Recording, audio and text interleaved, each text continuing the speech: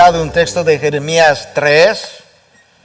Hay una gran parte que se va a concentrar en los versículos del 12 al 15, pero para llegar al versículo 12 yo tengo un amplio preámbulo que se hace necesario, que está atado a los versículos anteriores y está entonces también relacionado a la pandemia en medio de la cual nosotros nos encontramos. Ya el mundo conoce, cada nación conoce acerca de esta pandemia producida por un virus que hoy es conocido como SARS-CoV-2, que produce una enfermedad que se llama COVID-19. SARS, síndrome respiratorio agudo, tuvimos uno ya en el año 2002, 2003, este es el segundo, de ahí el CoV-2. La palabra COVID, terminada en D, la D viene del inglés disease, lo que implica es enfermedad, disease, del coronavirus 19, algo que se inició en el año 2019. Menciono eso simplemente para contextualizar un poco para la historia, ¿verdad?, futura, donde este mensaje pudiera estarse oyendo de dónde estamos como iglesia en el día de hoy. De manera de introducción, yo quisiera usar una vez más las palabras de un pastor muy conocido en Estados Unidos, Ray Ortlund. Él colgó en su cuenta de Twitter esta semana pasada unas palabras que yo creo que vale la pena recordar. Ray es el pastor de la iglesia Emmanuel Church en Memphis, Tennessee. Él es también presidente del Ministerio de Renovación, no Memphis, Nashville, Tennessee. Presidente del Ministerio Renewal Ministries, o Ministerio de Renovación, y miembro del Concilio de la Coalición. Estas fueron sus palabras. Escucha, pueblo de Dios, si los pastores y nuestras iglesias salimos de esto solo para regresar a la normalidad, aliviados, pero sin arrepentimiento, sin oración, sin valentía, habremos desperdiciado nuestro momento histórico. Y él pregunta, ¿qué más tendrá que hacer el Señor para sacudirnos y despertarnos? Yo creo que eso es un comentario de peso de parte de alguien que entiende no solamente la problemática en medio de la cual nosotros estamos, sino que yo creo que él también entiende que la iglesia de Cristo, que se encuentra en medio de la misma problemática, no está ahí por accidente y que no se puede dar el lujo de salir de esa situación de una manera distinta a como entró en ella. Sin lugar a dudas, las enfermedades son fruto de vivir en un planeta caído. Esa es la manera como necesitamos decirlo al inicio. Sin embargo, cuando algo alcanza o cuando algo tiene magnitud o alcance mundial y logra paralizar las naciones, y junto con eso paraliza todo lo que el Señor nos mandó a hacer como iglesia, yo no creo que ese es un momento para pasarlo por alto, sin reflexionar y hacernos la pregunta, ¿qué está haciendo Dios con su iglesia en este momento? Porque esa es la realidad. Dios nos ordenó a congregarnos, Hebreos 10:25. En el momento actual nosotros no podemos hacerlo ni debemos hacerlo. No sería sabio, no sería prudente. Cristo nos pidió que celebráramos la Santa Cena y que hiciéramos eso con cierta regularidad. Y sin embargo, dadas las circunstancias actuales, no sería sabio tampoco poder hacer algo como eso. El Señor nos ordenó que hiciéramos discípulos de todas las naciones y que lo bautizáramos en el nombre del Padre, del Hijo y del Espíritu Santo, pero estamos impedidos y por buena razón. Dios desea que adoremos corporativamente, que oremos corporativamente, como se nos dice en Efesios 5:19, pero las condiciones no lo permiten. Dios nos llama a que lloremos con los que lloran en Romanos 12:15. En la actualidad los funerales están prácticamente prohibidos. No podemos ir y llorar con los que lloran. De hecho, eso aumentaría el riesgo de transmisión porque el virus se encuentra en las lágrimas también. De tal forma que todas y cada una de las cosas que se supone que una iglesia haga en el presente momento no lo puede hacer. Si no podemos llorar con los que lloran, eso me acuerda a aquel evento descrito en el Antiguo Testamento cuando Dios le anuncia al profeta Ezequiel que él le iba a quitar a su esposa de golpe, de repente, y que no le iba a permitir llorar, como tampoco podemos nosotros ahora hacerlo. Escucha como lo dice el profeta Ezequiel, capítulo 24, a partir del versículo 15 al 22.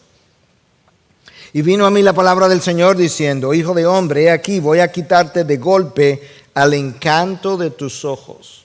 Wow. Él amaba a su esposa. Pero no te lamentarás, ni llorarás, ni correrán tus lágrimas. Gime en silencio, no hagas duelo por los muertos. Átate el turbante, ponte el calzado en los pies y no te cubra los bigotes ni comas pan de duelo.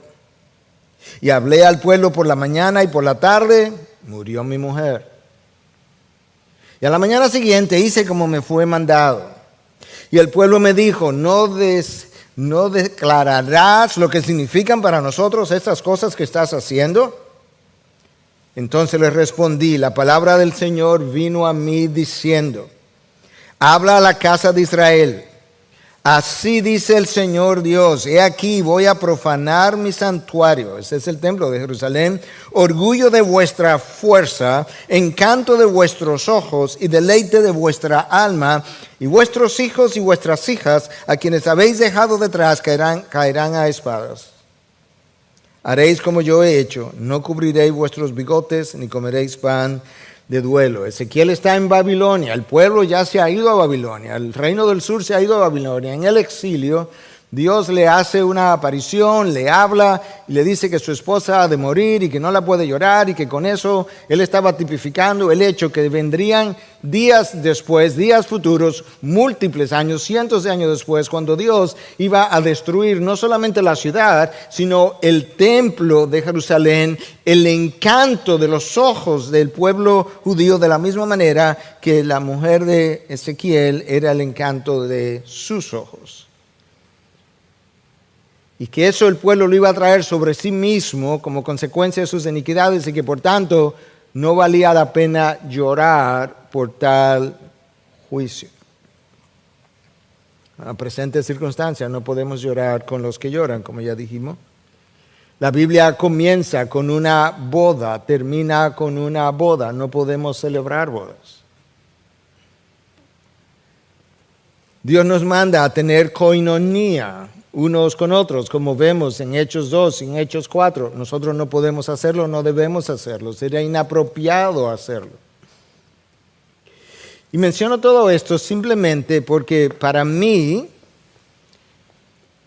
eso es lo más cerca que yo puedo pensar en una disciplina de Dios para su iglesia.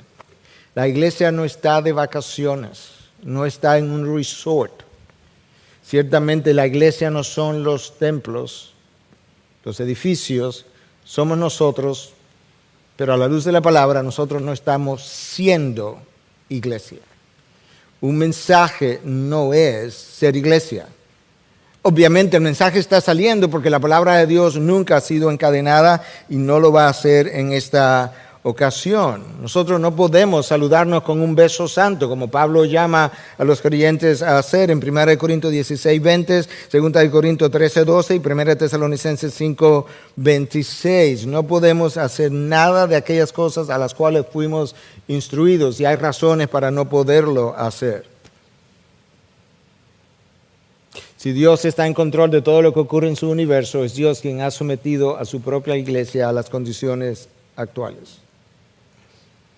Y mi texto, en un momento dado de la exposición, será Jeremías 3, versículos 12 al 15, pero como mencioné, yo voy a tener que hacer uso de gran parte del capítulo 3 para que puedas entender de qué es que se está hablando. Y la idea es poder hablar de la necesidad que el pueblo de Dios tiene de entender que necesita enmendar sus caminos antes que sea muy tarde. De manera que no tengamos que decir, como se dice en inglés, too little, too late. Muy poco, muy tarde. A veces lo que el Hijo de Dios quiere es un arrepentimiento parcial que le permita seguir su estilo de vida algo modificado, pero no radicalmente cambiado, y al mismo tiempo poder tener las bendiciones de Dios. Yo no puedo dejar de mencionarte, de compartir contigo mi carga por el pueblo de Dios en las circunstancias actuales y principalmente por el liderazgo del pueblo de Dios, porque como va a la cabeza siempre irá el resto del cuerpo. La condición del pueblo de Dios en el día de hoy, si la verdad es conocida, es muy similar a la condición del pueblo de Dios en el Antiguo Testamento. Y para situarnos en el contexto del texto de Jeremías 3, yo necesito hacer un poco de historia. David fue coronado como rey. David gobernó 40 años y murió. Subió a la corona su hijo Salomón. Gobernó 40 años y murió. A la muerte de Salomón, el reino se dividió en dos. Un reino del norte formado por 10 tribus, conocido como Israel o Efraín, que era el nombre de la tribu más grande. Y el reino del sur, constituido por 2 tribus, Judá y Benjamín, y llamado Judá por ser también la tribu mayor de las 2. Recuerda eso, el reino del norte, 10 tribus, reino del sur, 2 tribus, el norte es Israel, Judá es el reino del sur. Dios le advirtió a Judá en el sur que prestara atención lo que le había pasado a su hermana en el norte, porque de lo contrario, aquello que le había ocurrido a su hermana sería la misma suerte que ellos tendrían. Su hermana fue enviada al exilio por el imperio asiria, se los llevó cautivos, no el 100% de los habitantes, pero una gran parte como esclavos. Judá no hizo caso y Judá fue enviada al exilio 150 años después a Babilonia, precisamente porque no prestó atención a la advertencia del Señor y copió la misma idolatría y la misma inmoralidad sexual de su hermana del norte. ¿Cuál fue el pecado principal de ambos reinos? La idolatría, la inmoralidad sexual. Dios llamó a la idolatría de los judíos adulterio, ya que él era su esposo. Recordemos eso para que podamos entender más tarde el texto. El Señor comparó la idolatría de Israel con el acto sexual de una prostituta, de manera chocante en ocasiones, sobre todo en el lenguaje original. Escucha lo que Ezequiel dice en 16:25. Ezequiel ya está en el exilio, ya Judá, el reino del sur, se ha ido al exilio, pero Dios le está hablando todavía para que entienda por qué que está en el exilio y qué fue lo que Judá hizo antes de que él la enviara a Babilonia. Escucha lo que él dice en 16:25. No hubo esquina donde no te exhibieras para prostituirte. Escucha estas palabras chocantes. Te abriste de piernas a cualquiera que pasaba y fornicaste sin cesar. Abriste las piernas a cualquiera que pasaba, a cualquier transeúnte, y fornicaste con él. Y con eso Dios estaba haciendo referencia a los ídolos y a los actos de adoración que Israel sostuvo y mantuvo debajo de cada árbol frondoso. Allí había un altar. A cada acto de adoración Dios llamó fornicación. Con lo único que Dios pudo comparar la idolatría del pueblo hebreo fue con la fornicación y el adulterio. Escucha lo que Dios dice en Jeremías 3, es el capítulo nuestro, pero voy a llegar hasta el versículo 12, pero tengo que llegar ahí primero. Fíjate bien en esas lomas estériles, 3:2, primera parte. Donde no se han acostado contigo, es la versión internacional. Dios le dice a Israel, fíjate, mira las colinas, en los altos, los lugares altos, donde que no has fabricado un altar, pero ese no es el lenguaje que él usa. Él dice, ¿dónde no se han acostado contigo? Phil Ryken, en su comentario sobre este libro, dice que la palabra ahí traducido acostado contigo implica violencia sexual. Y es como si Dios dijera, ¿a dónde es que no te han violado? Y él agrega, Israel quería pasar un buen tiempo, como dirían en inglés, have fun. Israel pensaba, bueno, estamos teniendo incluso estas orgías en ocasiones con mujeres de otros pueblos. En medio de su adoración pagana estamos teniendo un buen tiempo de entretenimiento. Y Dios dice, lo que tú llamas un buen tiempo no es más que una violación de mi esposa. Me están violando mi esposa Israel. Tus ídolos los están haciendo. Así ve Dios nuestras idolatrías. Porque al final somos nosotros los que sufrimos las consecuencias de nuestros buenos tiempos, que no son buenos. Traen enormes y largas consecuencias sobre su pueblo. Dios dice, te han violado. Los dioses ajenos, dice Phil Ryken, siempre son abusivos. No hay dioses ajenos, pero aquellas cosas que nosotros abrazamos como ídolos son esos dioses ajenos. Esos ídolos abusan de nosotros sin ni siquiera existir.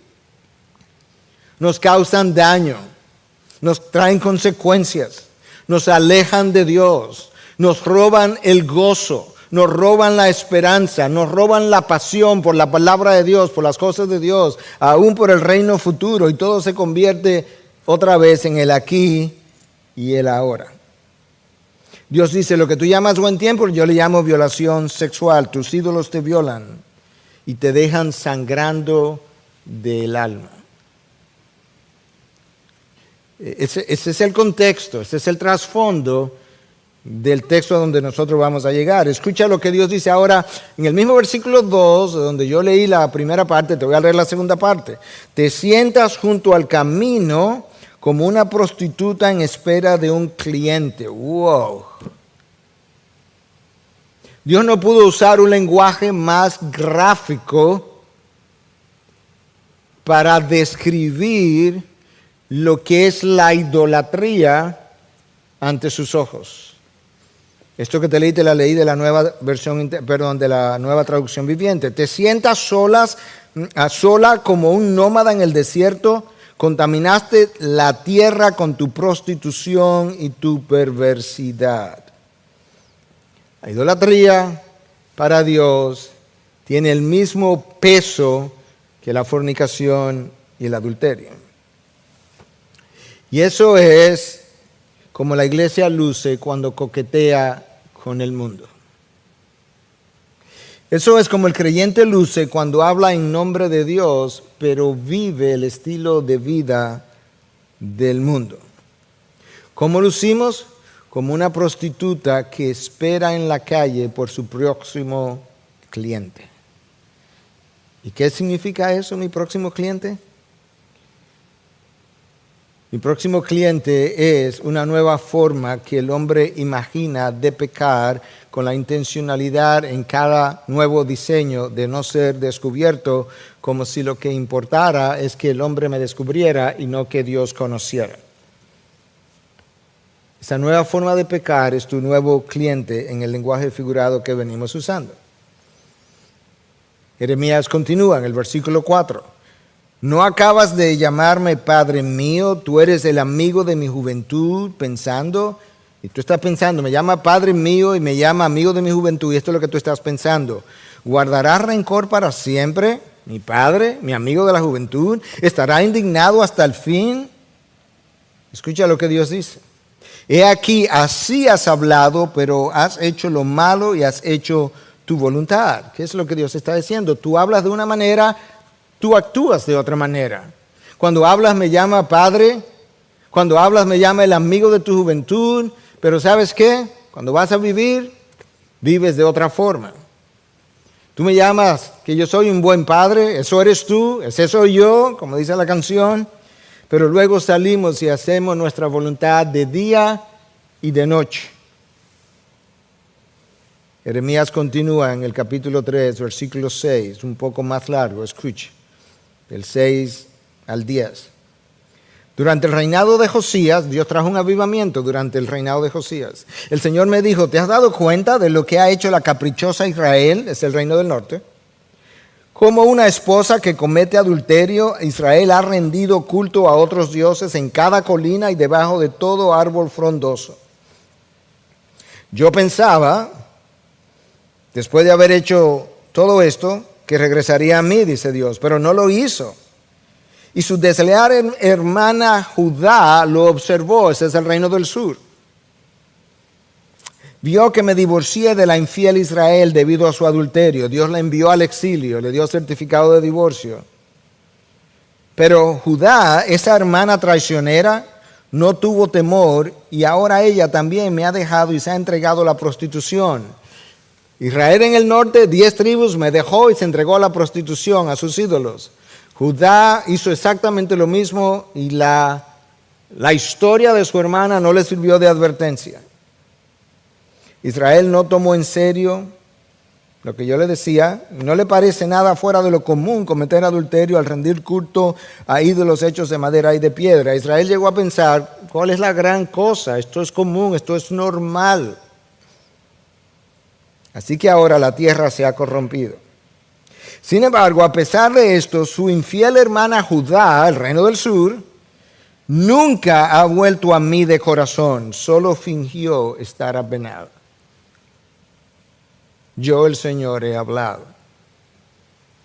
Judá, el reino del sur, vio el reino del norte cometer todo tipo de abominación idolátrica y en vez de y vio también el juicio que Dios trajo sobre ellos y lo envió al exilio, en vez de servirle de escarmiento, hizo exactamente lo mismo y luego dice que el reino del sur no volvió su corazón, que simplemente lo fingió.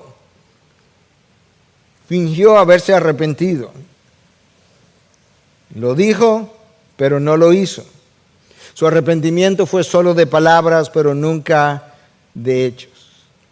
Y eso es como el cristiano que peca, que va donde Dios y le pide perdón y se arrepiente. Y al otro día, a los 2 días, a la semana siguiente, él está haciendo exactamente la misma cosa. Él habla de una manera, él vive de otra manera. En el Nuevo Testamento se nos dice que hay 2 formas de arrepentimiento. Yo tengo que estar consciente de esas 2 formas porque es posible que tú hayamos practicado una de ellas en ocasiones y la otra en otras ocasiones, o quizás la mayoría de las veces de un tipo y no del otro. Pero el apóstol Pablo dice que hay una forma de arrepentirse que es real y una falsa. Que hay una forma de arrepentirse que es conforme a Dios y una forma de arrepentirse que es conforme al mundo. Y eso aparece en la segunda carta a los Corintios, capítulo 7, versículo 8 al 11, leyendo de la Nueva Traducción Viviente. No lamento haberles enviado esta carta tan severa. Pablo los confrontó, le envió una carta severa, le mostró su pecado y dice, yo no lo lamento. Aunque al principio sí me lamenté, porque sé que les causó dolor durante un tiempo. Ese es uno de los problemas de las voces proféticas, que cuando tú traes la confrontación causa un dolor y ese dolor a ti te duele y tú lo lamentas, pero luego tú recapacitas, como Pablo lo hace, y dice, ahora me alegro de haberla enviado, no porque los haya lastimado, sino porque el dolor hizo que se arrepintieran y cambiaran su conducta.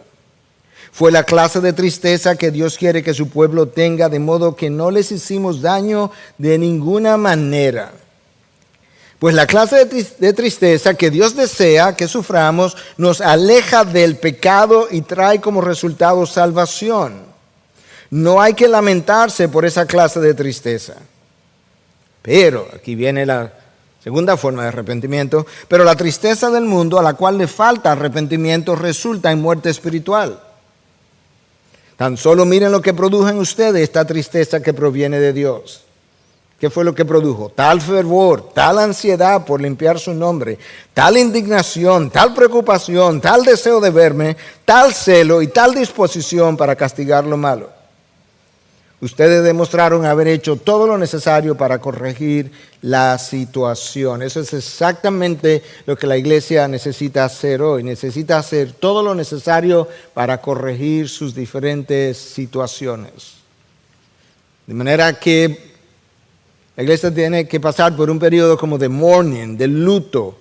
En gran forma, quizás no lo diseñamos así tan a propósito, pero en gran forma el mood, el ánimo de la adoración un tanto baja, el ánimo de lo que estamos haciendo, esto a oscuras, representa por lo menos parte de la tristeza que mi corazón siente por el estado en que la iglesia de hoy se encuentra. Tanto el reino del norte de Israel como el reino del sur, llamado Judá, se apartaron de Dios y abandonaron la fuente de agua viva y cavaron cisternas agrietadas que no retienen agua. Una vez más, yo voy a citar a Philip Ryken, porque yo creo, para mí, es el mejor comentario en términos académicos y pastorales que yo he podido leer acerca de este profeta. Y él dice lo siguiente, que cuando Israel abandonó la fuente de agua viva y cavó cisternas que no retienen agua, fue como abandonar las aguas frescas de un manantial e ir a beber de una cloaca. Wow. El reino del sur nunca aprendió la lección al ver el exilio del reino del norte. Y entonces en el versículo 8 de Jeremías 3, Dios dice, le di certificado de divorcio. La iglesia de hoy es el pueblo de Dios. Es conocida como la novia de Cristo.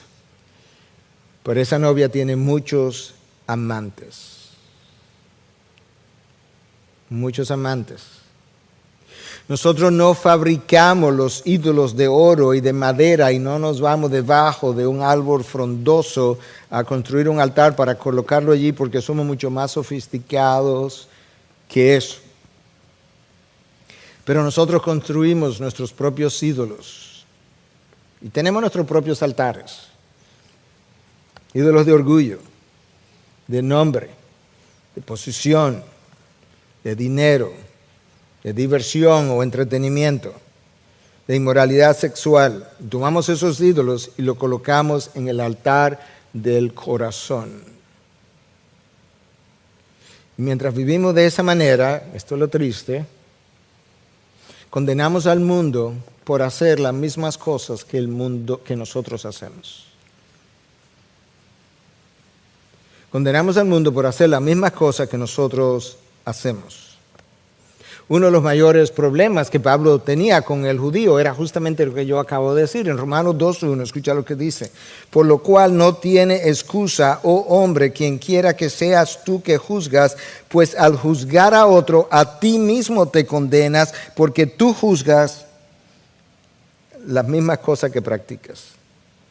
Porque tú juzgas y practicas las mismas cosas. Ese es el lenguaje del Nuevo Testamento. Si Jeremías viviera en un tiempo como este, yo estoy seguro que lo primero que él haría es brindarle un espejo a la iglesia y pedirle que antes de mirar para el mundo, vieran el espejo como ella luce en el día de hoy. Es por ahí donde Jeremías comenzaría. Es por ahí por donde Pedro comienza. Escucha, primera carta de Pedro, porque es tiempo de que el juicio comience por la casa de Dios. Que comience, hay tiempo ya de que cierto juicio comience, pero no por la sociedad que está allá afuera, sino por la casa de Dios. Y si comienza por nosotros primero, ¿cuál será el fin de los que no obedecen al Evangelio de Dios? Tú sabes que las edificaciones de las iglesias han sido cerradas, por buen motivo, en nuestros días. Pero esos no son los únicos templos que han sido cerrados. Dios ha cerrado múltiples otros templos. Los templos de adoración al cuerpo, que muchos llaman gimnasios, han sido cerrados. Yo sé que muchos van ahí por razones de salud, pero sabemos que múltiples otros van por otras razones. Me contaba una terapista a quien conozco que aquellos que van y se ejercitan, aquellos hombres que van y se ejercitan y que han logrado desarrollar sus músculos abdominales hasta que se le forman cuadritos, cuando están sudados ellos usan la camiseta y se levantan hasta el rostro para secarse con la intencionalidad de exhibir lo que ellos han desarrollado con el ejercicio. Los templos dedicados al entretenimiento y a la comida han sido cerrados. Los templos dedicados a la embriaguez han sido cerrados. Los templos usados por mucha gente, no todo el mundo, pero por mucha gente que tiene nombre de salones de belleza, han sido cerrados. Los templos llamados casinos, donde se juega con el ídolo número 1 de la humanidad, han sido cerrados. Y el ídolo número 1 del mundo, llamado dinero, como acabo de decir, ha sufrido un duro golpe, hoy se tambalea y es posible que mañana se caiga. Ese es el trasfondo de Israel antes de que Jeremías pronuncie las palabras con las que vamos a lidiar de aquí en adelante. Pero quería usar a la iglesia en su contexto hoy para que podamos ver que esto no es simplemente algo que tiene que ver con el pasado, esto es algo que tiene mucho que ver con el presente que tú y yo estamos viviendo. Escucha ahora entonces mi texto. El título de mi mensaje es Volveos a mí. El versículo 12 al 15 entonces dice lo siguiente de Jeremías 3. Ve y proclama estas palabras al norte y di, regresa, infiel Israel, declara el Señor.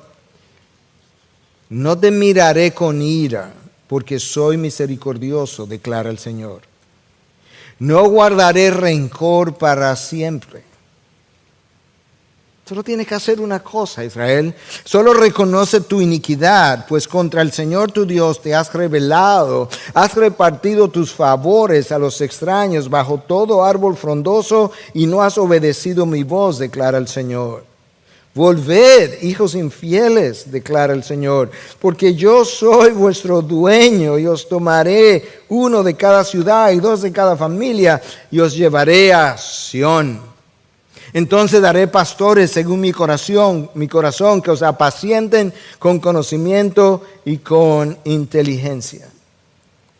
Dios llama a Jeremías que profetice al reino del norte y algunos han pensado que él fue enviado a las 10 tribus que se habían ido a Asiria y que allá pudiera ir y perseguirlo y traer a algunos de regreso hasta Jerusalén.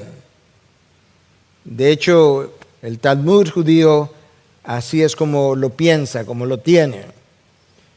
Pero muchos otros piensan que quizás Jeremías fue simplemente enviado al norte del territorio de Israel, donde estaban las 10 tribus, porque ahí quedó gente judía cuando otros se fueron al exilio y que Dios estaba llamando a ese remanente que estaba ahí todavía a que regresara a Dios y pudiera entonces juntarse con Judá y formar un solo pueblo. Entonces, en el texto que yo leí hay 4 observaciones que yo quisiera hacerte en el resto del tiempo que tenemos. Número 1, nosotros encontramos un llamado a regresar a Dios o un llamado al arrepentimiento. Número 2, nosotros vemos el carácter misericordioso de Dios como la base para llamar al pueblo al arrepentimiento, no la justicia, el carácter misericordioso de Dios. Número 3, Jeremías describe la condición para el perdón de pecados. Y número 4, la promesa para un pueblo que así se arrepiente. Obviamente vamos a comenzar por el primer punto de enseñanza, que es el llamado al arrepentimiento o el llamado a regresar. Regresa, oh Israel. Ve y proclama estas palabras al norte y di, regresa infiel Israel, declara el Señor. Jeremías lloraba por la condición espiritual del pueblo. Ese era uno de los problemas de los profetas, que el profeta le dolía profundamente la condición del pueblo. Y aunque su confrontación sonara severa, su corazón estaba partido en 2. Jeremías es conocido como el profeta llorón. El pueblo se había apartado mucho, y no se había percatado de lo mucho que se había apartado. Y Dios usa al profeta Jeremías para llamar a su pueblo a regresar.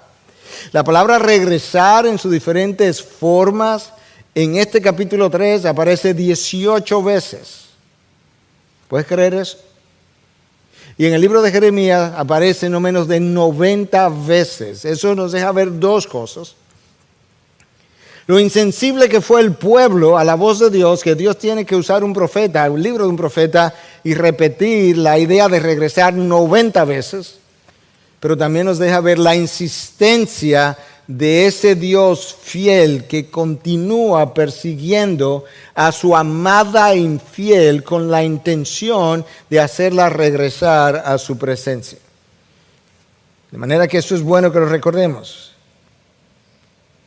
Regresa es una forma de llamar al pueblo al arrepentimiento. Y la palabra regresa aparece en el versículo 12, en el versículo 14, en el versículo 22 y otras formas aparecen en otros versículos de este mismo capítulo. El arrepentirse en el libro de Jeremías implica dos cosas. Número uno, tú dejas atrás tus ídolos anteriores. Y número dos, tú te mueves en dirección y cercanía de Jehová. No es uno solo. No es que tú vas a permanecer con tus ídolos y te los va a llevar para acercarte a Jehová de manera que tú puedas tener lo mejor de los dos mundos. No, eso no es arrepentimiento y regresar a Dios. Regresar a Dios implica que tú te vuelves a Dios para alinearte con sus prioridades. Dejamos nuestros ídolos. Dejamos nuestras formas pecaminosas de vivir, nuestros estilos de vida pecaminosos. Pero lamentablemente el creyente frecuentemente en el Antiguo Testamento, en el Nuevo Testamento, en la historia presente, frecuentemente quisiera muchas veces poder acercarse a ese Dios, tener sus bendiciones, pero al mismo tiempo guardar unos ciertos amoríos con sus ídolos. Es como el esposo que quiere tener una esposa y un amante, o como la esposa que quiere tener a su esposo y un amante. Dios dice, conmigo no puede jugar. Mira lo que le dice a mi pueblo, tienes que regresar y tienes que regresar de manera incondicional a alinearte conmigo. ¿Y qué implica alinearme con Dios? Implica ser de una misma mente con Él. Implica amar lo que Él ama, implica odiar lo que Él odia, implica medir todo en este mundo por el estándar de la palabra, implica que yo estoy de acuerdo todo el tiempo con el veredicto de Dios. Lo que Dios llama malo es malo, lo que llama bueno es bueno, lo que Él llama profano es profano, no importa lo simplista que sea, lo que Él llama sagrado es sagrado, no importa si yo lo entiendo o no. Esa es la idea de J.C. Riley en su libro sobre santificación. Dios dice, regresa en Jeremías. En el Nuevo Testamento Dios dice, arrepiéntete. Es la misma cosa. Juan Calvino decía que el arrepentimiento, recuerda que arrepentimiento y volver o regresar lo estamos tratando como la misma cosa. Entonces esto es lo que Juan Calvino dice. El arrepentimiento es un volver a Dios que resulta de un corazón que le teme, no a su justicia, sino que le ama y le reverencia, que consiste en la mortificación de la carne y del viejo hombre y en la vivificación del espíritu. Entonces, el primer punto de enseñanza de esos versículos que leímos del 12 en adelante es el llamado de Dios persistente, continuo, a regresar a una esposa infiel que se resiste a la voz de su amante de regresar a su compañía de manera exclusiva. Número 2, Dios hace ese llamado al arrepentimiento en base a su carácter benevolente. Segunda parte del versículo 12, el llamado está en la primera parte del versículo 12, y la base para el llamado a regresar está en la segunda parte, que es su carácter benevolente. No te miraré con ira. Imagínate a este esposo contra quien la esposa ha sido adúltera múltiples veces y le está haciendo un llamado finalmente. Le dice, ¿sabes qué? Si regresa no te voy a ver con ira porque yo soy misericordioso. Yo disfruto más traerte por misericordia y darte misericordia que castigarte en juicio.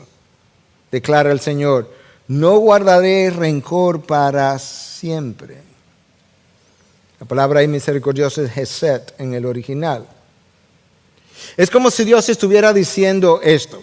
La base del llamado al arrepentimiento es su carácter bondadoso. Y es como entonces Dios estuviera diciendo, como yo perdono, ven y arrepiéntete. Como yo perdono, ven, arrepiéntete. Como mi gracia es mayor que cualquiera de tus pecados, ven y sé sincero y humíllate. ¿Por qué? Porque mi gracia es mayor que cualquier cosa que me puedas contar. Es como si Dios estuviera diciendo, como soy fiel a pesar de tu infidelidad, ven y confiesa tu infidelidad. Porque cuando la confiese, tú no me vas a hacer a mí infiel. Yo soy fiel a pesar de tu infidelidad. Ven, yo te invito. Tú puedes ver entonces que nuestro Dios es tan extraordinario que después de casarse con su pueblo, después de observar su prostitución, cuando me llama en base a la misericordia. Eso es exactamente lo que el libro de Oseas muestra con Gomer, la prostituta, con quien él se casa y ella vuelve y se prostituye y él va al mercado y vuelve y la compra y vuelve y la trae, ilustrando cómo Dios hizo con su pueblo. Número 3, tercer punto de enseñanza, hay una condición para el perdón de Dios, que está en el texto. En el próximo versículo, versículo 13, solo reconoce tu iniquidad. Oye, Israel, tus pecados son muchos. Yo pudiera tener múltiples requisitos para yo perdonarte porque tú has hecho atrocidades. Debajo de cada árbol frondoso abriste tus piernas a cada transeúnte. Esperaba como un nómada en el desierto que espera por su próximo cliente. Yo pudiera exigirte grandes cosas, sin embargo, yo te he reducido la condición para mi perdón a una sola cosa. Reconoce tu iniquidad, pues contra el Señor tu Dios te has rebelado. Reconoce que has sido rebelde, reconoce que has sido inicuo.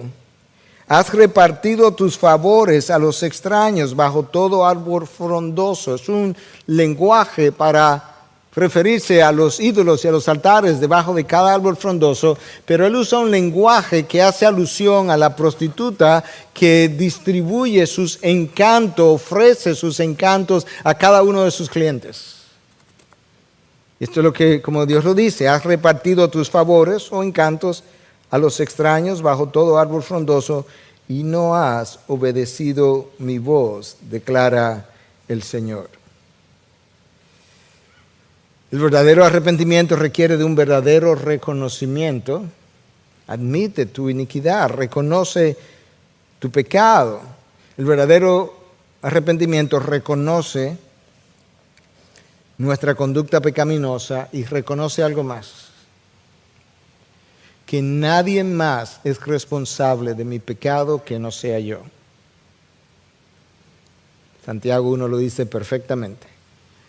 Eso habla de que yo estoy verdaderamente como en el camino del verdadero arrepentimiento. Nadie más es responsable de mi conducta pecaminosa ni de mis sentimientos pecaminosos que no seamos nosotros mismos.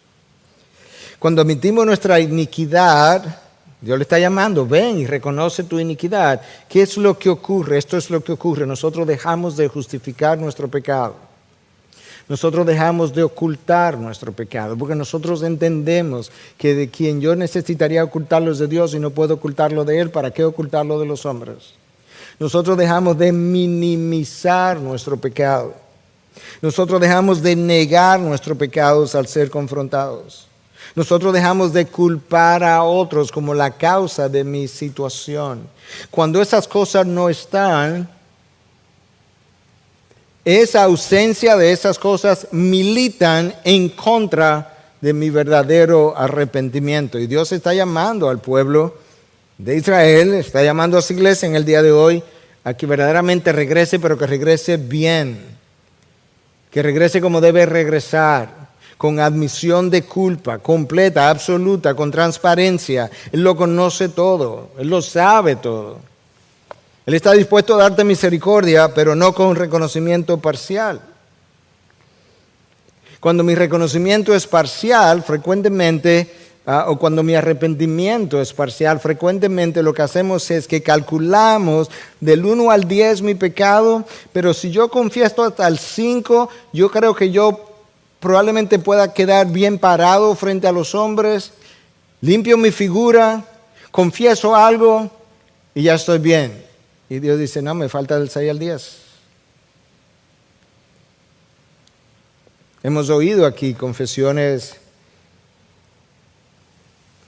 profundas que nos chocan a veces de lo abierto que han sido. Y cada vez que yo escucho cosas así, yo me digo, ahí hay un hombre, una mujer o un joven, porque a veces han sido jóvenes, que está teniendo un arrepentimiento verdadero.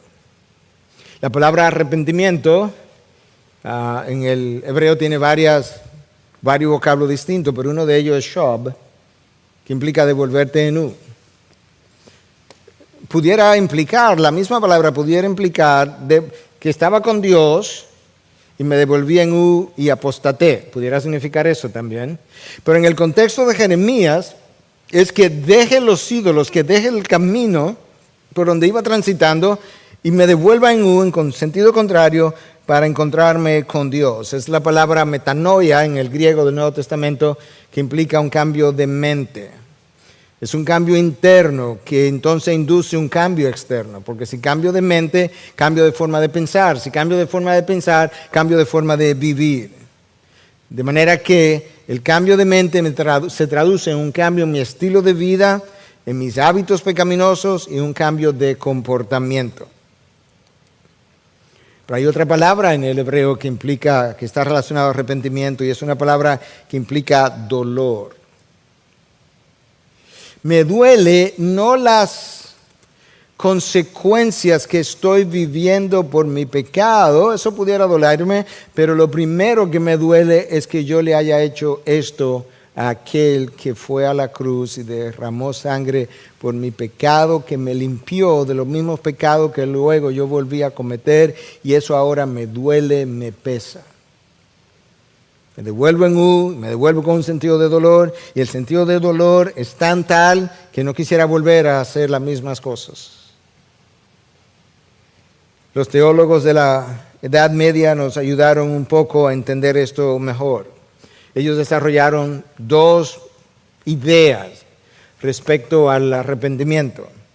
Ellos hablaban de arrepentimiento por attrition y arrepentimiento por contrition. Entonces el arrepentimiento por attrition está motivado más bien por miedo a las consecuencias. Realmente no me duele tanto que ofendí a Dios. Realmente, si las consecuencias no me fueran a llegar, yo prolongaría mi práctica de pecado, porque es realmente a las consecuencias que le tengo pavor, y eso es un arrepentimiento por attrition, probablemente no dejaríamos de pecar ni siquiera.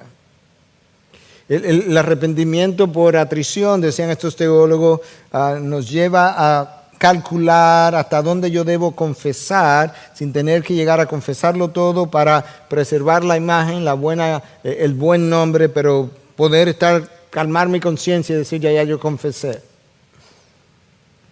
Ese arrepentimiento no busca reparar el daño causado al otro, sino evitar las consecuencias. Y por eso siempre queremos saber cuál es el mínimo que yo tengo que hacer para evitarme las consecuencias. Pero luego los teólogos de la Edad Media nos ayudaron a entender que hay otro tipo de arrepentimiento que es por contrition en inglés, que me causa a mí un pesar y dolor por haber ofendido al esposo Dios, al esposo de la iglesia Cristo. Y entonces el creyente que está sintiendo ese arrepentimiento comienza a pensar de qué manera yo puedo actuar, número 1, para complacer a Dios. Número 2, ¿qué es lo que yo tengo que hacer para jamás volver a estar lejos de Él? Número 3, ¿qué es lo que se requiere para yo no volver a andar por el mismo camino? Me voy a devolver y en este camino me voy a devolver hacia Dios, pero ¿qué es lo que yo necesito hacer para que después que me regrese a Dios yo no me devuelva otra vez al lugar y a las prácticas anteriores? Si la motivación realmente es la gloria de Dios, entonces habrá en nosotros una disposición de querer regresar a ese Dios y de arrepentirnos de cada pecado del cual yo esté consciente.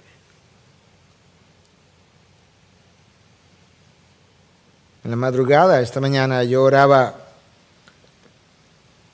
y volví a arrepentirme y trataba de hacer conciencia de mis pecados, de manera que yo pudiera poner en práctica esto que hoy yo estoy predicando.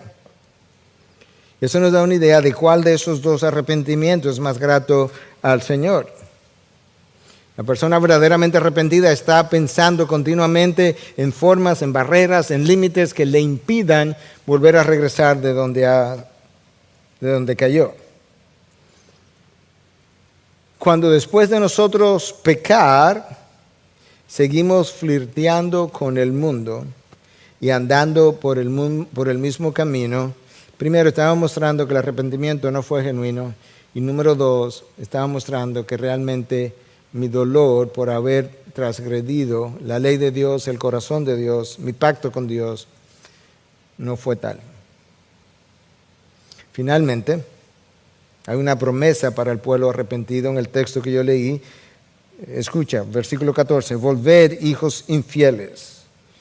Versículo 12, volved. Versículo 14, volved. Versículo 22, volved. Volved, hijos infieles, declara el Señor, porque yo soy vuestro dueño. Aquí está la promesa, y os tomaré uno de cada ciudad y dos de cada familia, y os llevaré a Sión. Entonces os daré pastores según mi corazón, que os apacienten con conocimiento y con inteligencia. Jeremías insiste en la necesidad de que los hijos de Dios se vuelvan a Él. Volved. Versículo 12, 14, 22. A lo largo de la narración de los profetas en el Antiguo Testamento hay dos características que sobresalen en relación a la relación, valga la redundancia, de Dios con su pueblo. El pueblo es frecuentemente descrito como la esposa infiel y Dios es descrito como el esposo fiel. En el versículo 14 ellos son llamados hijos infieles. Y luego él dice, volver a mí porque yo soy tu dueño. Yo te compré, yo te encontré cuando no valías nada. Y lamentablemente la infidelidad de Israel no hizo, o afortunadamente, mejor dicho, la infidelidad de Israel no hizo que Dios se volviera infiel. Ellos se olvidaron de Él como esposo, se olvidaron de Él como padre, y sin embargo Dios nunca se olvidó de ellos como hijos. Es como Pablo le dice a Timoteo en su segunda carta, cuando le dice, si nosotros somos infieles, Él permanece fiel. Yo no puedo, dice Dios, hacer una promesa y no llevar a cabo mi promesa. Yo no me puedo negar a mí mismo. Eso es como Pablo lo dice. Si nosotros somos infieles, Él permanece fiel, pues no puede negarse a sí mismo, no puede echarse para atrás en sus promesas. De versículo 15 hasta el final del capítulo, que no voy a cubrir todo eso obviamente, el lenguaje de juicio del profeta Jeremías da la vuelta y se convierte en un lenguaje de promesa en base a un llamado que Dios le está haciendo al pueblo a regresar. Y entonces eso es algo que está todavía por verse, que pertenece al reino milenial, para aquellos de nosotros que creemos que habrá un milenio donde Dios juntará gente del reino del norte, del reino del sur, e incluso con gentiles. Escucha cómo Dios lo dice al final del versículo 14 y el 15. Os tomaré uno de cada ciudad y de cada familia y os llevaré a Sión. ¿Quiénes son esos? El pueblo hebreo, el remanente, que es Sión, Jerusalén. Entonces os daré pastores según mi corazón. Eso no ha llegado. Que os apacienten con conocimiento y con inteligencia. Dios procura traer a Israel, hacerla multiplicar, hacerla crecer. y va a llegar el momento incluso hacia el reino milenial donde Él estará en medio de ellos, junto con lo que es el pueblo gentil, que constituye ahora todo un solo pueblo. Y de repente ahora el texto nos va a decir que aquel famoso símbolo que ellos reverenciaban tanto, el arca del pacto, ellos ni se van a acordar del arca del pacto, porque el arca del pacto no era más que un símbolo de la presencia de Dios, pero en ese nuevo reino Él será con ellos en su presencia plena. Y escucha entonces cómo Él le dice esto a ellos en el versículo 16: sucederá que en aquellos días, cuando os multipliquéis y crezcáis en la tierra, declara el Señor, no se dirá más arca del pacto del Señor. No les vendrá a la mente, ni la recordarán, ni la echarán de menos, ni será hecha de nuevo. No, ¿para qué? Si ya Jehová está entre nosotros. No necesitamos el arca. Tenemos la presencia del Dios que el arca simbolizaba. Y ya los judíos no serán caracterizados como hijos infieles, nunca más. Su corazón habrá sido cambiado por un corazón nuevo y serán fieles seguidores y adoradores de Dios. Escucha, para ir cerrando, como lo dice el versículo 17 y 18. En aquel tiempo llamarán a Jerusalén trono del Señor. Y todas las naciones acudirán a ella, a Jerusalén, a causa del nombre del Señor. Eso no ha ocurrido. Y no andarán más tras la terquedad de su malvado corazón. Claro que no, ya Dios le cambió el corazón. En aquellos días andará la casa de Judá con la casa de Israel, el reino del norte, el reino del sur, los voy a juntar. Y vamos a estar en Jerusalén, en el trono de Dios, como le llama el texto. Y vendrán juntas de la tierra del norte a la tierra que di en heredad a vuestros padres. A lo largo de toda la revelación bíblica del Antiguo Testamento, Dios se muestra como el Padre fiel, amoroso, misericordioso, amante de sus hijos, preocupado por su bienestar, y como el Dios que toma la iniciativa para que ellos se arrepientan. Y que cuando Dios le hace el llamado al arrepentimiento, ni siquiera los amenaza, sino que les dice, como dice el texto de hoy, no voy a permanecer airado contra ustedes, mi rencor no estará contra ustedes para siempre. Regresa, pues yo soy un Dios, un Padre, un esposo misericordioso. Y en el Nuevo Testamento, para nosotros somos la iglesia. La figura es un novio y una novia. Cristo es el novio, nosotros la novia. Pero nuevamente, la novia de Cristo ha desarrollado múltiples amantes y ha sido infiel. Y en mi opinión, esto es un tiempo donde Dios está llamando a la sociedad, por un lado, a reconocer sus caminos desviados y buscar de Él. Pero antes de hacer eso a la sociedad, se lo está haciendo a su pueblo. Porque es su pueblo el portador de las buenas nuevas, del mensaje de salvación y de la luz y de la verdad y de la sal. Y por eso es que mi llamado en el día de hoy, una vez más, es a volvernos de nuestros malos caminos, a enmendar nuestros caminos. Aprovechar este día de ayuno y oración internacional para tener tiempo especial de arrepentimiento, de introspección, de recogimiento. De manera que cuando la pandemia pase, nos encuentre en un estado espiritual robustecido y no de la misma manera como nos encontró al principio. Para el ser humano, como ya aludió el pastor Héctor, el coronavirus, no es su principal problema. Es el pecado, que no tiene una mortalidad del 1 o 2%, sino del 100%, a menos que encontremos la cura en Cristo Jesús, mi Redentor, sanador y perdonador. Iglesia, piensa, reflexiona, ora, humíllate, busca su rostro, háblale a Dios, dile que te muestre, que te enseñes, y que al final de este camino tú y yo hayamos sido santificados por la obra misericordiosa del Espíritu de Dios.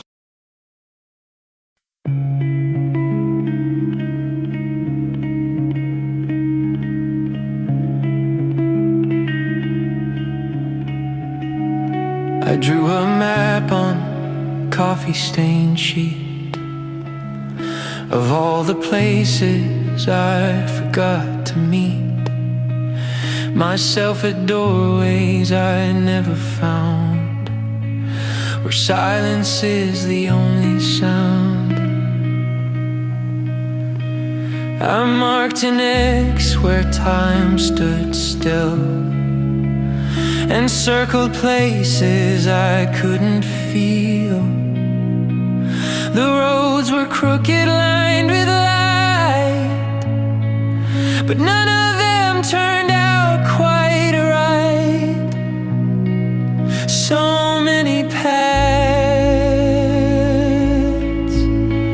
with no goodbye. So many days I passed me by. These are maps for the lost days, etched in fog and sideways rain. No compass points, just phantom lines, leading back to stolen time. And if I trace them long enough, will I find the part I left untouched, or just more echoes in the maze? Maps for the lost days. I scribbled dreams in margins wide of notebooks soaked in storm and tide. Wrote down the names of things I missed, like morning light and innocence. A crossroad carved in memory's thread. One side was silence, one was dread, but I kept walking without shoes, learning how to lose. So many turns with no return. So many fires I let burn.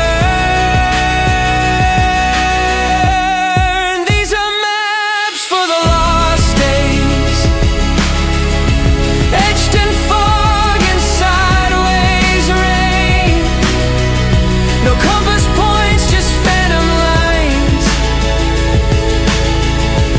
leading back to stolen time. And if I follow every retrace, will I arrive or just erase, or drift between the gray and glaze? Maps for the lost days. I folded them into paper boats, let rivers carry all my notes. And though the ink begins to run, the journey's end is not undone. These are maps for the